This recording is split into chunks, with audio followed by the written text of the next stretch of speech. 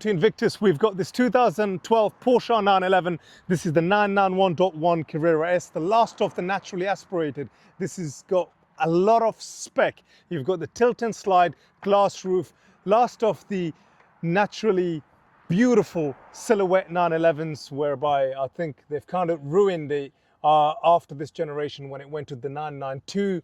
You've got the extended leather interior, heated seats, the sports Chrono Plus pack with both the buttons, the PSM, sports exhaust, cruise control, sports steering wheel with the PDK transmission.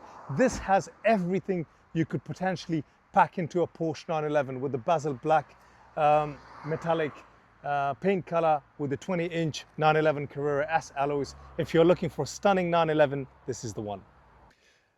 I love the silhouette of it, and before we can jump into the seat to drive this, I think 911s should have always been made like this. There should have always been a room for 911s with this body lines, with this beautiful shape. That also applies to this really sharp, decline from the roof, the sloping roof. And unfortunately, with the 992s, they've become a little bit more sort of bulkier, wider and longer, and they're almost like a saloon. This is what a 911 should be.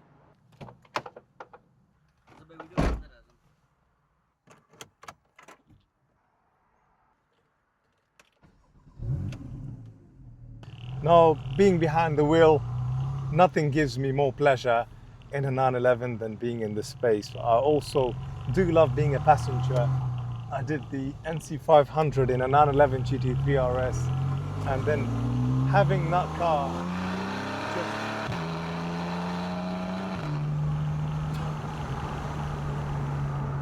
car produce that sensational grunt and growl from the 3.8 litre, well, in that case the 4 litre naturally aspirated engine, whereas on the Carrera S, still a 3.8 litre engine producing 395 brake horsepower, 441 newton meters of torque.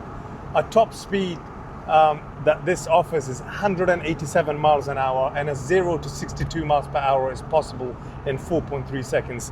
And once I turn on the sports exhaust,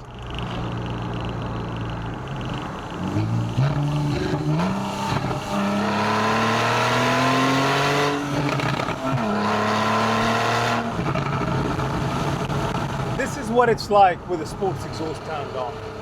And since the engine oil is up to temperature, that's right over there, as we've done a fair bit of driving in this 911, and the engine also to temperature, we can now safely put it in sports mode.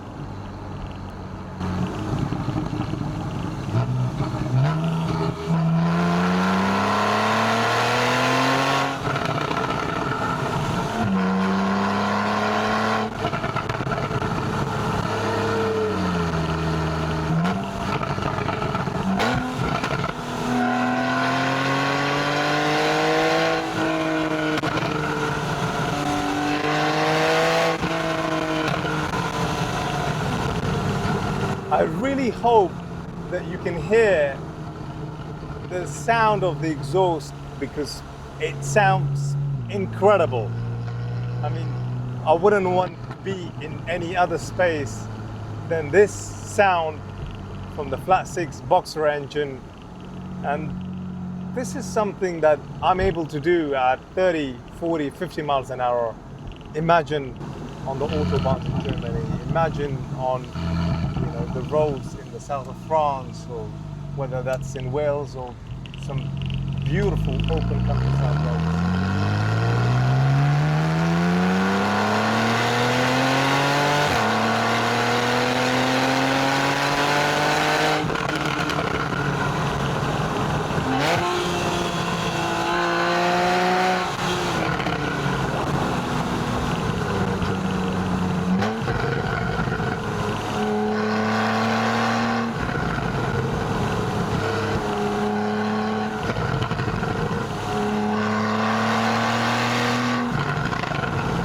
This has all the bells and whistles one could wish for. The Sports Plus, PSM, sports exhaust. You've also got the PCM, both for the music and the calls, the sports steering wheel, cruise control. It's got 4 former keepers. The current one has had it since 2018. And we, in terms of prep, have done everything you could possibly imagine. All around new brakes. It's had the spark plugs, the air filter for which you've got to remove the rear bumper. And ultimately, this is as good as a 911 as it ever gets. Before getting back to work, I will turn on sports exhaust, sports mode, and the PSM, and just put it through one last minute.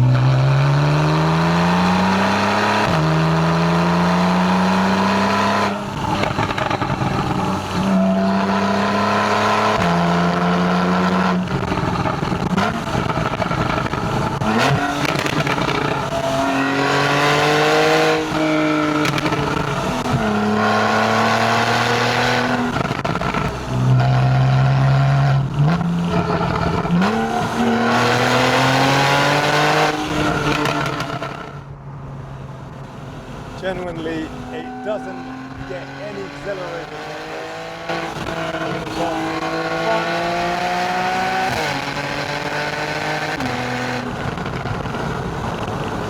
In terms of fun, raw, visceral feel of a 911, but also a 911 that you could possibly poodle around in, then the 991, I think, really hits the absolute sweet spot perfectly. It's a usable Porsche 911, but at the same time, when you want to use it for the potential that it has to offer, then you shouldn't be afraid to do exactly that. Thanks for watching. Hello, welcome to Invictus. Firstly, I'd like to start you off by what we have done over here. And it's the spark plugs. These are an indication that this car runs, drives and handles really well, hence why the spark plugs, despite them being replaced about 30,000 miles ago, they're still looking pretty decent nick. I'll put them down here in case I need to reference them. Now the air filter, that's where the bumper is off. These are placed here, so you've got 2 new air filters. They've been replaced. They require 2 of them. So it's got brand new air filters. This is the oil filter. We've checked all inside of it for any metal debris, etc. There is none, so all in good condition. Now coming over to this side, on the floor you'll probably find some brake pads. So they're going to have new brake pads. They're a bit low, the disc. They have minimum 50% life remaining. This is just where it's been parked, so it's got some surface rust. You can see the pad. That's quite low there in terms of life, so that's being replaced. I'll put it up, show you what the rest of the vehicle is like condition wise, but before I do, I also want to just cover us replacing the oil filter. So the oil filter is beneath all of this, and it's right here underneath that fan. And obviously to access the air filter, the bumper, the lights needs to come off. We've also done the spark plugs. This has got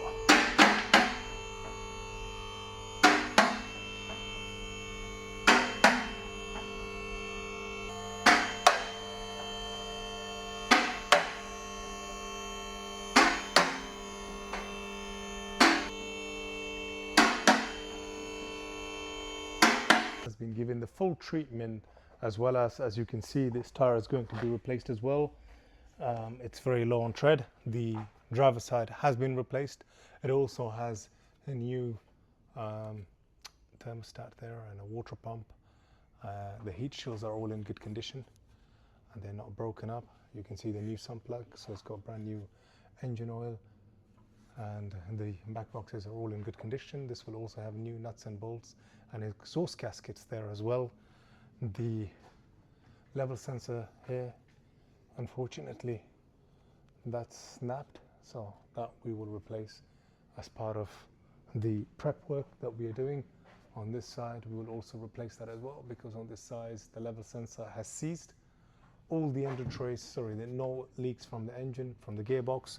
We've checked the control arms and the links here, there's no play. Same thing here, no play whatsoever.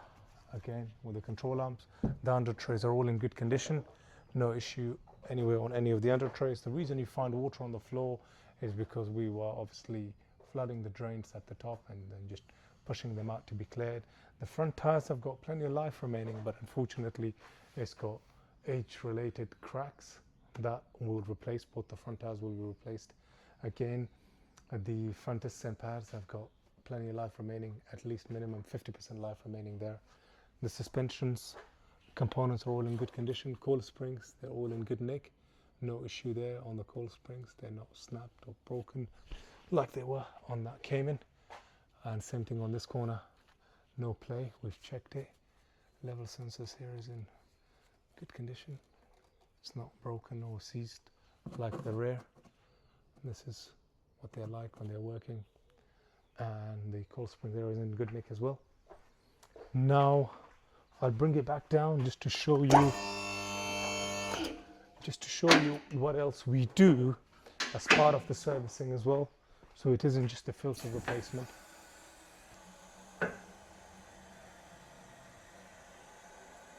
The servicing, all the locking mechanism gets greased.